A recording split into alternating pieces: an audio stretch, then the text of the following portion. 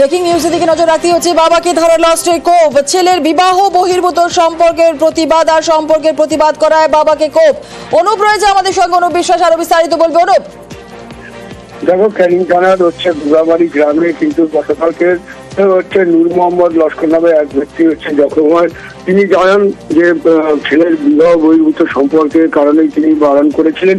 সেই ঘটনায় ছেলে এর আগেও কিন্তু তাকে মারধর করেছিল এবং সেই ঘটনায় তিনি ক্যানিং থানায় অভিযোগ দায়ের করেন এবং অভিযোগের ভিত্তিতে সেই ছেলে কিন্তু আবারও গতকালকে তাকে আচমকাই আবারও ধারালো দা দিয়ে তাকে কোপ মারে। এই ঘটনায় তিনি গুরুতর আহত হলে তাকে উদ্ধার করে ক্যানিং মহকুমা হাসপাতালে চিকিৎসার জন্য নিয়ে আসা হয়।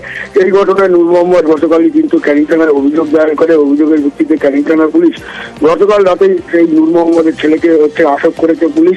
তবে এই ঘটনায় নূর মোহাম্মদ যথেষ্ট আতঙ্কে রয়েছে, কারণ যেভাবে নূর মোহাম্মদ জানিয়েছেন যে ছেলে ধারালো দা দিয়ে তার উপর ঝাঁপিয়ে পড়েছিলেন এবং এই ঘটনায় তিনি যেমন একদিকে আহত হয়েছেন এবং তাকে মেরে ফেলারই কিন্তু চক্রান্ত করেছে। কারণ তিনি জানিয়েছেন ছেলে ভিন রাজ্যে কাজ করে, সেখান থেকে একটি বড় স্ত্রী নিয়ে বাড়িতে এসেছেন এবং আসার পরে তিনি তার প্রতিবাদ করেছিলেন।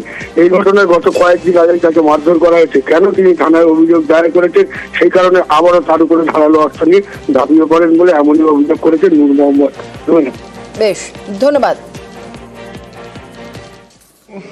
ও একটা অবৈধ একজনা বউ নিয়েছে, এরকম সংসার করছে, আমি মেনে নিয়ে আর এবার আগের বাড়ি একবার যেমন মেরেছে মারলি, তাতে আমি থানায় এফআইআর করেছি।